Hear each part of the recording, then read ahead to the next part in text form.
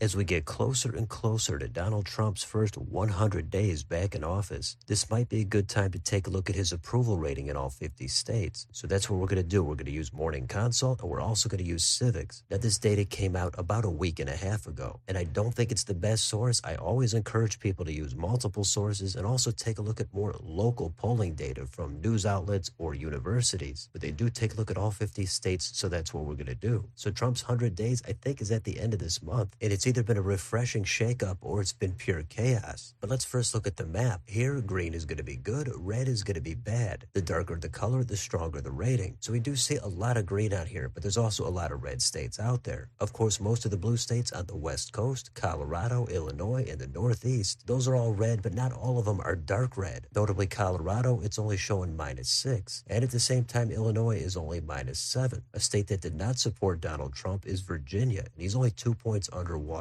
there. Another state that didn't support him is New Mexico. There he's +3. However, if you go to the northeast corner, Maine also didn't support Trump, but he did get one electoral vote there. However, on this, he's 17 points underwater. Next door in New Hampshire, he's also under by 10 points. But if you go down to Florida, he's 12 points above, and if you jump over to Texas, it's the same 12 points above. Now, what about in the swing states? Well, first, in the Southwest, in Arizona, he's 6 points in the green. Nearby in Nevada, he's even better. He's 8 points above. That's even better than a state that voted much stronger for Trump, like Iowa, where he's only 2 points above. North of there in Minnesota, which supported Harris, he's 3 points in the red. But next door in Wisconsin, the key Rust Belt state, he's just about even there, but he is 1 point in the red. In Michigan, it's the opposite. He's 1 point above. South in Ohio, he's 10 points positive. And one state east in Pennsylvania, he's looking at a 3% positive rating. So as always, it's going to be a mixed bag. But this data actually does not look too terrible for Trump. Now, he's only been in office for a few months. It's still pretty early in this administration. I think another 3 or 4 months, once we get more into the summer or maybe even into the fall, that's really when the honeymoon period is going to be over, and then you're going to see where his rating is really at. Now, these surveys were conducted January through March. The sample size is going to vary depending on the population of the state, but they do use registered voters as opposed to adults in their sample. Let's go down here and see what the key takeaways are. First, it says Trump's net approval rating is above water in 31 states. More voters than not approve of Trump's performance across most of the country in the first quarter of 2025, including states that were key to his victory last fall, such as Michigan, Pennsylvania, Arizona, Georgia, and Nevada. Then it says sentiment is already in the red in key 2025 states. More voters than not disapprove of Trump's performance at this early point in Virginia and New Jersey as the states prepare to host big gubernatorial races this fall. Now, again, both of those states did not support Donald Trump. They didn't go overwhelmingly for Harris, and New Jersey was a surprise by how narrow the margin was. So if he's underwater 1 in Virginia and 8 in New Jersey, I'm not sure that Trump would actually view that as a bad thing. Then it says warning signs for 2026. Trump is deeply underwater in Maine. We just took a look at that, where longtime Republican Senator Susan Collins faces a decision on whether to seek re-election next year. It says nearly 3 in 5 voters, 57%, disapprove of Trump in Maine, with 47% saying they strongly disapprove of his performance. That is a concern there for Trump. Those numbers are clearly worse in Virginia and even New Jersey, and that could also be a challenge for Susan Collins, who similarly faced the same challenge back in 2020 when she last ran. It looked bleak for Collins in the polling. In the end, they totally underestimated her, and she won rather comfortably. Let's go down here and take a look at the full list. Now, we're not going to read through every state, but no surprise that Trump is doing his best in states that gave him his highest level of support. Wyoming is at the top, 73% approve, only 24% disapprove. Next, West Virginia at 66-30. Rounding out the top 5, you've got Oklahoma, North Dakota, and Alabama. Obviously all red states and all above 60% approval. Most of these states are at least mildly positive for Trump, though Iowa is curiously lower than some of these redder states. With the absolute most crucial states like Michigan, it is pretty much even where he's only 1 above. In Wisconsin, he's 1 below. But once you get into the blue states, the bottom 5 are going to be California, Oregon, Massachusetts, Maryland, and Vermont. Again, this is nothing shocking, but in Vermont, he's at 35 approve, 63 disapprove. So I hear a lot of mixed things about Trump's approval rating. I hear once you get into the details, in most ways, he's actually looking pretty good. And then I hear it's also totally cratered, and especially with independents, a lot of them have buyer's remorse. Per usual, I think the truth lies somewhere in the middle. But again, this is just one source. We could also get onto Civiqs and take a look at their data. Now, Civiqs continuously updates their data. so that's good. The downside is their colors are not as good as Morning Consult. On this, blue is positive, and whatever the other color is, I'm going to say it's kind of a light yellow or a tan. That's going to be disapproved. This data shows a much bleaker picture for Trump. If you start off in a place like Texas, here he's net even at 48%.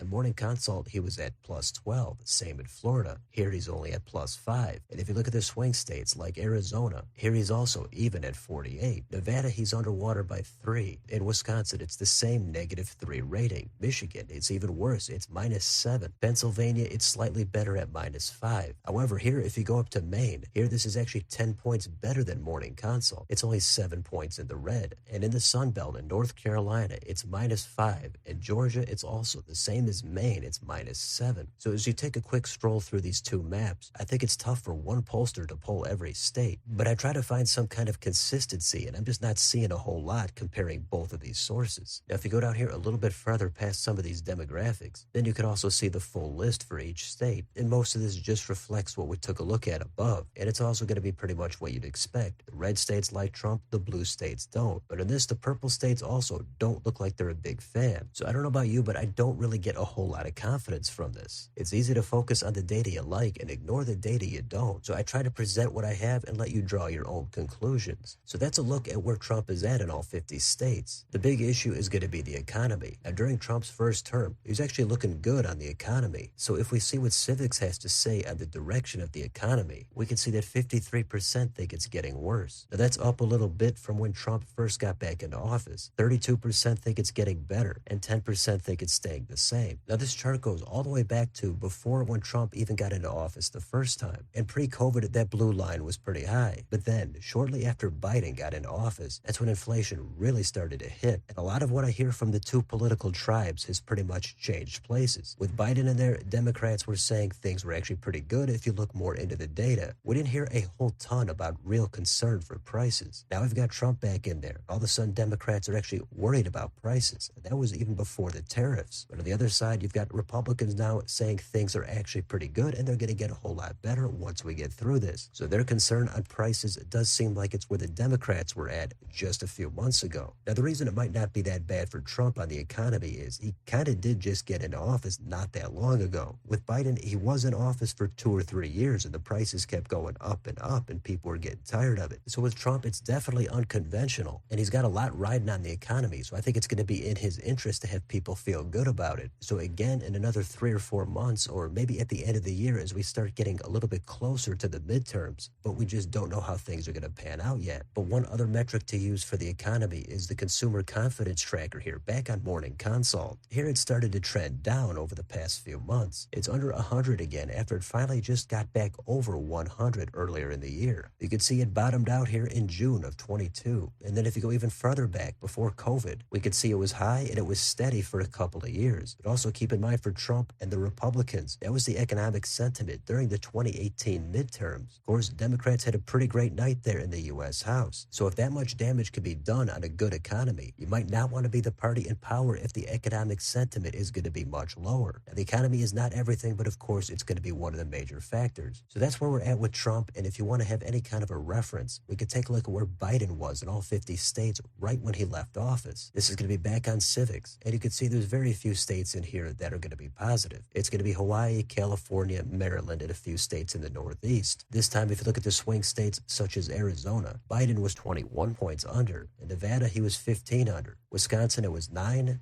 Michigan, 17. Pennsylvania, 13. North Carolina, 13, and Georgia, 20. So approval ratings are not everything, and these are clearly worse than Trump's right now. And Trump is definitely polarizing. He's got an opportunity for the rating to go up a little bit, but also there's some room for it to go down even further. Now, with polarization these days, I think it's going to be tough for any president to get to 50%, but even 45, 46%, I think would be kind of a decent approval rating. Biden's own rating started off well, but then it crashed after the Afghanistan withdrawal later on in 21. So everybody that that's already said there's buyer's remorse and Republicans are finished in the midterms just 2 weeks after Trump got back in office, I'd say, hold on, we've got a year and a half to go before those midterms. But I would also say that anybody that thinks these approval ratings are bogus and his approval rating is actually 5 or 10 points higher, that might not be the case either. Things change all the time. People didn't predict COVID. They didn't predict Biden's Afghanistan withdrawal or his debate performance or Trump's assassination attempts. I would say the same thing if we were 3 or 4 months out from an election like I did in 24. But we're not even 100 days into this new Trump term. So definitely be prepared for things to change. Take a lot of this data at least somewhat with a grain of salt. Anyway, that's a look at Trump's approval rating in all 50 states, just shy of his first 100 days in office. So let me know in the comments, what do you think about any of this data? Do you like Morning Consult? Do you like Civiqs? Do you like them both? Do you hate them both? Which state surprised you the most? And what do you think about any of this economic data? Is it going to get better? Is it going to get worse? And do you think you have the midterms already figured out and nothing's going to change? Or do you think we're so far out there's no point in talking about what's going to happen? Let me know down below on your way out. Don't forget to like, share, and subscribe. Join if you'd like to support the channel. Thanks for watching. I'll see you next time.